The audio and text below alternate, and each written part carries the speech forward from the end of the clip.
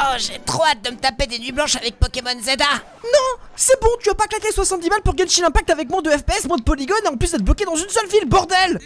Mais c'est pas pareil. Bah si. Les planeurs. Ah, y'en a sur Genshin. Un système de changement de climat et un cycle jour-nuit. Pareil. Des téléporteurs. Pareil. Un vieux qui sacrifie pour la beauté du geste. Ah, y a pas ça, hein. Bah... Allez, on arrête les conneries, tu retournes là, tu fermes les primos, Colombina va pas se poule toute seule. Et les Pokéballs. Oh, tu fais chier.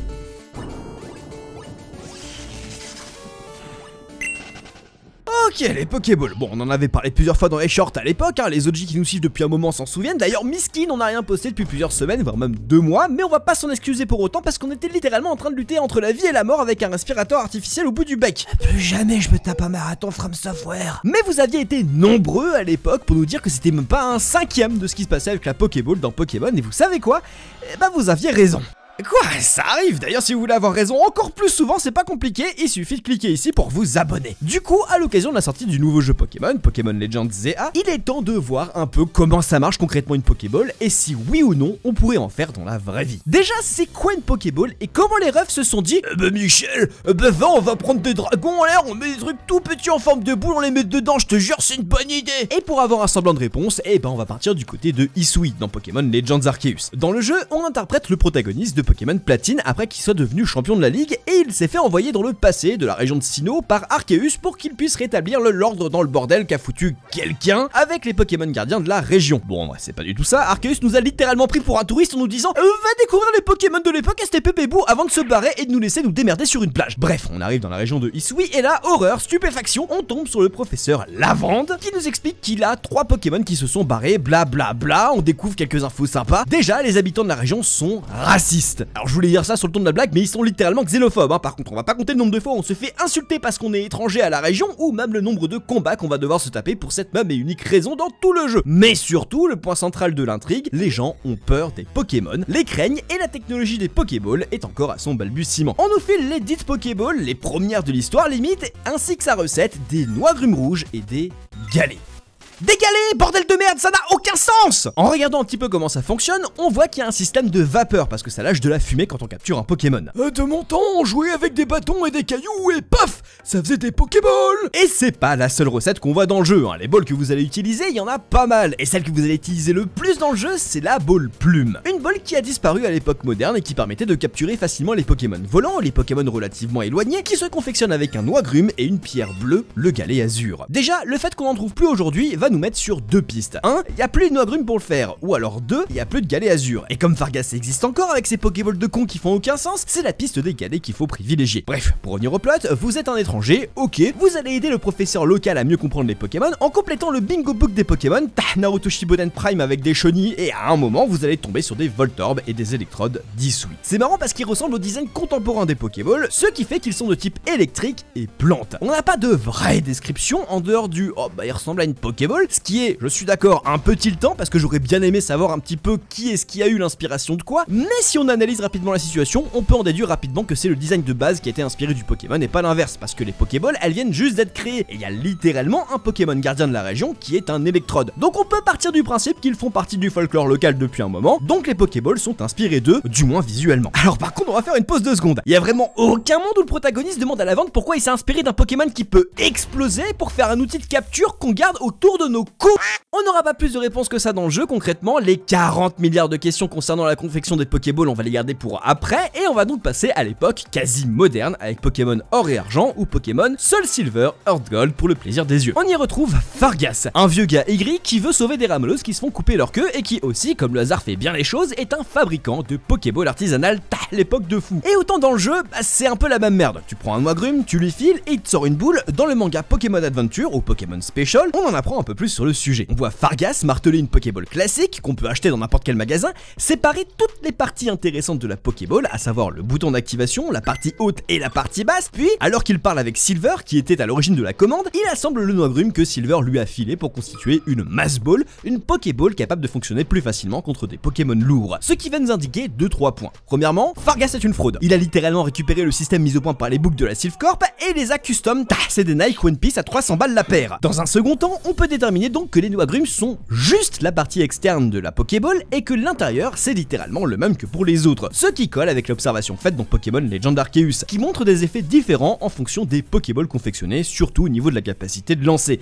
La Mass Ball est plus lourde à cause de l'extérieur et va donc moins loin avec la même force qu'une Plume Ball qui elle est beaucoup plus légère et va décoller de ouf. En même temps c'est logique parce que c'est le principe de la seconde loi de Newton et de la dissipation d'énergie cinétique qui se calcule avec cette formule, et pour simplifier le tout, à force de lancer égale, l'objet le plus lourd aura le plus d'inertie et donc ira beaucoup moins loin et aura une portée bien plus faible. Mais on n'a pas fini avec l'analyse des boules de Fargas. Vu que le seul point de changement notable est la customisation à coup de noix-agrumes, on peut estimer que ces derniers ont quand même des propriétés spécifiques à chaque couleur et donc de sous-espèces qui sont compatibles avec un système électrique dans le cas présent et mécanique dans le cas de Pokémon Legend Arceus. Ce qui veut dire que les noix-agrumes sont naturellement des systèmes électromécaniques, ce qui explique au passage le type électrique des Voltorb et électrodes de Hisui. En gros, pour y arriver, il faudrait que les noix-agrumes possèdent naturellement une structure cellulaire piézoélectrique, ce qui veut dire que l'intérieur d'un noix-agrume doit contenir des cristaux biologiques capables de générer un courant électrique quand on les comprime et changer de forme quand on leur applique une tension. Ça expliquerait également le fonctionnement du noix-agrume dans Pokémon Legend Arceus, mais aussi le changement de nature de la Pokéball quand on intègre des noix-agrumes dans le mélange avec Fargas. Les cristaux naturels vont capter le signal électrique de base de la Pokéball et vont le modifier quand il passe dans les dits cristaux. Et vous voulez savoir ce qui est le plus drôle? C'est que Gold dans Pokémon Adventure va budge son noix-agrume quand il va essayer de le manger, ce qui implique que le fruit est dégueulasse, certes, on pourrait s'arrêter là, mais l'hypothèse de la structure piézoélectrique est encore une fois renforcée avec sa réaction, parce que quand il va croquer dans un noix-agrume, voilà ce qui va se passer. Il va appliquer une contrainte mécanique, ce qui va activer une micro-décharge électrique locale, provoquer une réaction d'oxydoréduction dans la salive et activer des enzymes photoréactives qui sont contenues dans la chair du noix-agrume. Ouais, bon, bah, il bouffe une pile, quoi. Mais c'est qu'il apprend le con. Bref, on va revenir sur le sujet, les Pokéballs. La technique de la vente est un peu modifiée par manque de matière première, en l'occurrence les galets, mais les Pokéballs custom à base de noix-agrumes existent encore grâce à Fargas qui perpétue la tradition. Sauf que comme on l'a vu, il utilise des Pokéballs classiques qu'on n'a pas encore abordé du tout. Les Pokéballs, comme tout le monde l'entend, à savoir le truc rouge et blanc, métallique, en forme de boule qui peut changer de taille, enfermer un Pokémon grâce à un laser rouge qui est concentré via des jeux de miroirs à l'intérieur, comme on peut le voir parfois quand on regarde à l'intérieur de ces engins du Chétan, c'est une réinvention des anciennes Pokéballs faites par la Silph Corp. Et si on retrace la chronologie, c'est une des versions les plus récentes et il y a tout un tas de bordel technologique à comprendre dedans. On peut par exemple... Attends,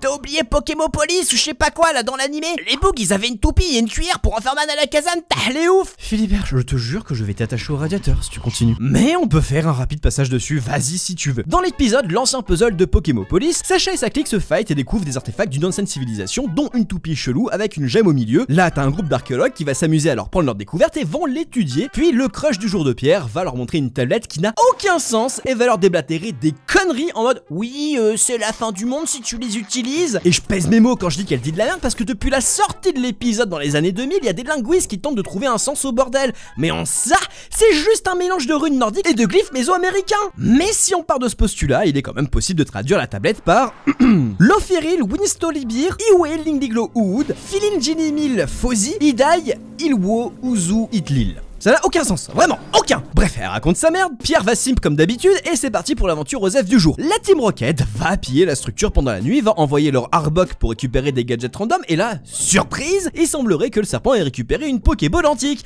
Et surprise, pour pas changer, ça n'a aucun rapport avec les structures de noix-agrumes qu'on a pu voir avant. On dirait des putains de boules de geisha. Les boules vont alors briller, paralyser la Team Rocket, les faire léviter au passage parce que The Bee Miaou se touche pas le sol à ce moment-là. Le lendemain matin, le vieux qui accompagne la gamine archéologue va alors toucher les boules.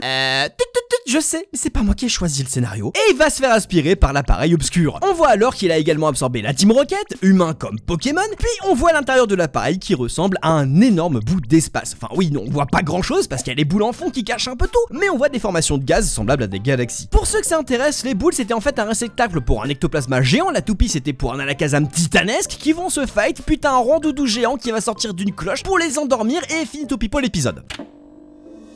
Franchement, je te jure, je sais pas comment on fait pour gérer tout le bordel qu'il y a dans la série, bro. Bah pas le choix, faut bien payer le loyer. Puis tu sais, parler de boules, ça m'a jamais vraiment dérangé, hein. Non, parce que je peux retourner l'épisode dans tous les sens, hein. Le seul truc que je peux voir comme explication pour coller avec tous les autres médias Pokémon, c'est que les objets en fait ont été faits à partir d'un noix-agrume ou d'un galet au minimum, comme dans Pokémon Arceus. Sinon, il y a littéralement aucun sens au niveau du fonctionnement. Genre, qui veut passer 30 ans à faire un système cohérent quand tu peux juste balancer du random bullshit en boucle? Bref, on en était où déjà? Ah oui, les Pokéballs. Ok, c'est bien joli tout ça, sauf qu'il y a quand même un problème, un gros problème. La conservation de la masse est pas tout à fait d'accord avec l'idée de pouvoir pouvoir enfoncer des créatures vivantes plus ou moins lourdes dans des sphères d'environ 7 cm de diamètre, visiblement ultra légères. Bah c'est quoi le problème? Le problème c'est que si tu compresses dans une Pokéball, je sais pas moi, un Pikachu qui fait 6 kg, sa densité va augmenter jusqu'à atteindre les 27,2 grammes par centimètre carré environ, ce qui est plus dense que l'ossuum, hein, soit dit en passant, mais le poids va rester le même. Il est quand même balèze, Sacha, quand même, il balance littéralement un pack de 6 bouteilles d'1 litre à 10 mètres de distance, et ça à chaque combat. Et encore, Pikachu, en vrai, ça va, parce que pour un Ronflex, c'est 460 kg qui fait du handball. Et je parle même pas de la densité abyssalement énorme de 2 millions de kilogrammes par mètre cube à l'intérieur de la Pokéball. C'est comparable à une naine blanche The Bee. Donc soit les dresseurs sont en fait des bodybuilders capables de trimballer une putain de tonne en Pokéball compressée avec eux, soit il y a une autre explication. Et en ça, il y en a même plusieurs qui pourraient marcher. Déjà, si le surplus de masse est converti en énergie au moment de la compression, eh bah il y a plus de problème, hein. Ça voudrait dire que les Pokéballs sont conçus pour emmagasiner cette énergie et la restituer à chaque sortie. On va faire les maths, mais c'est pas déconnant en vrai. La formule EMC carré, coucou tonton Einstein, nous permet de calculer la quantité d'énergie libérée en fonction de la masse d'un Pokémon. Si on prend Ronflex par exemple, avec ses 460 kg, on obtient un très léger 4,1 x 10 puissance 19 joules, ce qui équivaut environ à 10 000 bombes atomiques. Ouais. Ça fait beaucoup. Ah bah ouais, ça fait beaucoup trop même. C'est largement assez pour annihiler toute vie sur Terre. Y a aucun monde où ces petites babales peuvent emmagasiner autant d'énergie, hein. C'est physiquement impossible.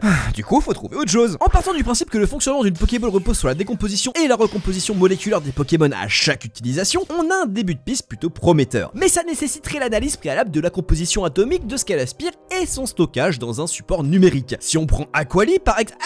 Pourquoi Akali mon ref? Bah parce que c'est le Pokémon le plus proche de l'homme biologiquement parlant et que... Ouais non, je vois pourquoi tu dis ça. Donc je vais reformuler. En raison de sa proximité biologique avec l'être humain, il a une composition probablement très similaire à la nôtre. Étant donné qu'un humain moyen est constitué d'environ 7 x 10 puissance à 27 atomes pour 70 kg et qu'Aquali pèse 27 kg, on peut dire, après un calcul rapide, que son corps est composé de 2,7 octillions d'atomes à une ou deux vaches près. On va dire qu'on a besoin d'un seul bit pour sauvegarder l'état d'un atome, histoire de simplifier les choses. C'est-à-dire qu'on va donc devoir stocker 2,9 x 10 puissance à 27 bits d'information. Il nous faudrait alors 362,5 iota-octets de stockage, soit 362 500 milliards de disques durs d'un téraoctet ou plus de 24 000 fois la capacité de stockage numérique mondiale actuelle. Pour un seul Pokémon, en plus il est petit. Dans l'hypothèse très improbable où on aurait la capacité de stockage nécessaire, il faudrait quand même 92 milliards d'années pour encoder toutes ces données avec une vitesse de 1 GHz. Et vu que ça prend que quelques secondes canoniquement parlant, ça voudrait dire que notre technologie informatique permettrait de transférer des données à une vitesse minimale de 181 millions d'hexaoctets par seconde. Ah, ils en ont de la chance, hein, quand même, ces dresseurs, parce qu'avec ce débit-là, il leur faudrait que 2 jours pour installer GTA 6 avec ses 750 gigaoctets, putain. Après, il y a une autre hypothèse, c'est le stockage dimensionnel. En gros, la Pokéball déplacerait les Pokémon dans une dimension de poche, un peu comme le Hammer Space des cartoons, et l'idée en soi est géniale, hein, sauf que, bah, c'est compliqué sa mère. Littéralement, j'ai dû passer des heures à étudier la théorie des cordes pour pondre un truc décent. Parce que pour que ça fonctionne, il faudrait créer un trou de verre stable équivalent à environ 1 cm à l'intérieur de la Pokéball, l'alimenter avec de la matière à énergie négative pour éviter qu'il s'effondre et maintenir un lien quantique entre la Pokéball et le Pokémon pour pouvoir le faire revenir sur demande en un seul morceau. D'après les travaux de Maurice, Thorne et Urzever, pour maintenir un trou de verre traversable de 1 mètre de diamètre pendant une seconde, il faudrait 10 puissance 32 joules d'énergie négative. Et après un calcul pas du tout rapide, on arrive à 2 x 10 puissance à 28 joules pour maintenir un trou de verre d'1 cm de diamètre pendant 2 secondes. Alors c'est pas grand chose, hein, c'est juste 1000 fois l'énergie dégagée par notre putain de soleil en une seconde. Et c'est toujours pas fini, hein, parce que comme si c'était pas si compliqué, il y a plusieurs types de Pokéball. Je reviens, j'ai un truc à faire. C'est quel fils de p*** qui a décidé de faire ça chez Gamefrix? J'ai juré que je vais le retrouver, lui faire avaler des litres de ciment et des litres de gravier avant de le faire couler en mode c'est une dalle et le faire marcher par toutes les conquêtes de mon ex dessus. Bref, pour la Pokéball de base, ce que j'ai déjà expliqué avant, c'est qu'on est sur un stockage basique. Si le Pokémon résiste, le champ de confinement n'est pas maintenu et le trou de verre s'effondre sur lui-même en recrachant au passage la pauvre bestiole qui avait absolument rien demandé. Pour les super et les hyperballs, c'est presque pareil, sauf que le confinement est renforcé pour avoir une plus grande stabilité, donc moins de chances de s'échapper. En gros, on balance plus d'énergie négative à l'intérieur et c'est pour ça que c'est plus cher. C'est exactement la même chose avec la Master Ball, sauf que là, bah, on génère tellement d'énergie, hein, beaucoup plus que nécessaire, qu'on est sûr à à 100% de capturer sa cible. J'ose même pas imaginer la quantité de joules nécessaires pour capturer un Coswem ou un Necrozma, sachant que ce sont techniquement des trous noirs sur pattes. Par contre, c'est un peu différent pour les Luxe Balls ou les Swan Balls qui sont aménagés de manière à assurer le confort et le bien-être du Pokémon à l'intérieur en maintenant une température et une pression agréable par exemple. La Swan Ball est également conçue pour permettre une distorsion temporelle contrôlée dans la poche dimensionnelle, ce qui laisse suffisamment de temps pour que le Pokémon aspiré se repose complètement et dissipe de lui-même ses altérations de statut. Et là, on retrouve l'hypothèse des noix brumes et de leur structure spéciale qui permettent de transformer la nature même du signal électromagnétique envoyé à la capture. Mais la vraie question qui brûle toutes les lèvres dans notre team chez Science Fictif, que vous vous posez certainement en tant que fan de Pokémon, c'est est-ce qu'on peut faire la même chose dans la vraie vie? Non, voilà, on peut pas, fin de vidéo. C'est tout? Tu vas pas nous casser le crâne avec des explications à rallonge? Bon allez, c'est bien parce que ça te casse les couilles, Philibert. En 2016, grâce à une étude réalisée par l'université de Harvard sur le stockage ADN dans les supports numériques, on a pu déterminer qu'il était possible déjà d'écrire des informations sur des brins d'ADN de tout et n'importe quoi. Dites-vous qu'aujourd'hui, on peut carrément utiliser des cellules souches pour faire des mini-cerveaux, les foutre dans des puces et faire des biocartes mères pour des ordinateurs et... Ah ouais, c'est super glauque en fait. Mais pour revenir à l'étude, on a découvert qu'un humain possédant en moyenne 10 puissance 14 cellules, qui contiennent chacune le génome entier, pourrait en théorie, en utilisant chaque cellule, stocker entre 75 et 150 hexaoctets de données, soit l'équivalent de 100 à 200 millions de copies de GTA 6 par humain. Alors c'est génial sur le papier pour notre souci avec les Pokéballs IRL, hein. Tu fais des boules de chair, tu les balances sur des bougs ou sur des animaux et hop, c'est bon, t'as ton Pokémon. Sauf que non, parce que déjà c'est dégueulasse, hein, y a un gros débat sur l'éthique qui se pose, mais imaginons qu'on s'en branle de ça, il y a surtout des limitations techniques assez lourdes au stockage sur ADN pour les informations. Principalement que ça va coûter une couille de réaliser le stockage à proprement parler, hein, et on parle pas d'une nuit blanche ou deux sur League of Legends quand tes darons te disent d'éteindre pour économiser sur la facture d'électricité, hein. On parle de plus de 35 milliards d'euros pour le stockage d'un Pikachu,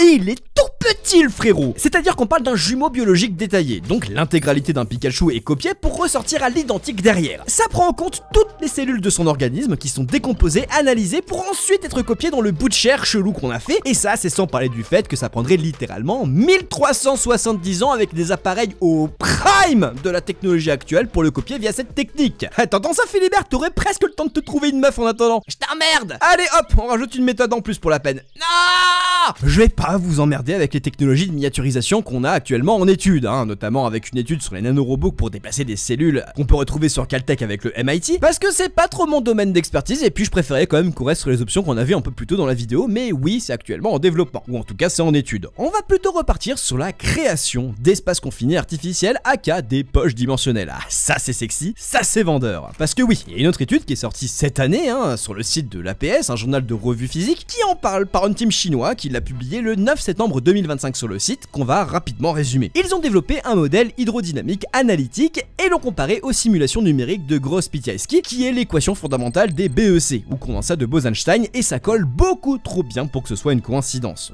Pour faire plus simple, en gros, ils ont créé un champ magnétique synthétique dans un nuage d'atomes tarpin froid qui est modulable, donc on peut le manipuler, on peut le contrôler, sans contact, sans aimant, juste avec de la lumière, ce qui permet de se pencher sur la possibilité de faire des capteurs quantiques et de simuler de nouveaux états de matière. Et pourquoi est-ce qu'on en parle dans une vidéo sur Pokémon? Tout simplement parce que ça pourrait permettre d'expliquer le fonctionnement interne d'une Pokéball, hein. Le système moderne avec des miroirs et tout, en fait ça serait pas des miroirs mais des capteurs quantiques permettant de créer et surtout de stabiliser un condensat Bose-Einstein à l'intérieur, ce qui permettrait en effet en théorie de stocker une chier de données comme un Pokémon par exemple. Du coup bah la réponse reste sensiblement la même. En l'état, là aujourd'hui c'est pas faisable de faire des boules pour capturer tout ce qui bouge, hein, que ce soit ton crush, ton chat, ton chien, un chinchilla qui passe par là, mon ex pour qu'elle arrête enfin de faire l'oreille coup du cul à bouger de partout. Mais qui sait, peut-être que ce serait une possibilité à l'avenir d'ici une bonne centaine d'années. Et c'est peut-être là le vrai secret du nouveau Pokémon Legend ZA. Peut-être en train de voir la version future de notre technologie à l'œuvre. Non, parce que juste ce truc là, c'est ce qu'on appelle une structure de lumière rigide. Et c'est techniquement faisable aujourd'hui, sauf que bah, si tu le touches, tu te fais carboniser. Donc qui sait, peut-être qu'on réglera le problème d'ici là. C'est bon, t'as eu ta dose? Ouais, c'est bon, pitié, laisse-moi. Allez, maintenant tu vas finir ton farm, et après quand t'auras fini, tu vas mater les épisodes de Rick et Morty que je t'ai demandé de mater. Moi j'ai une petite expérience à finir.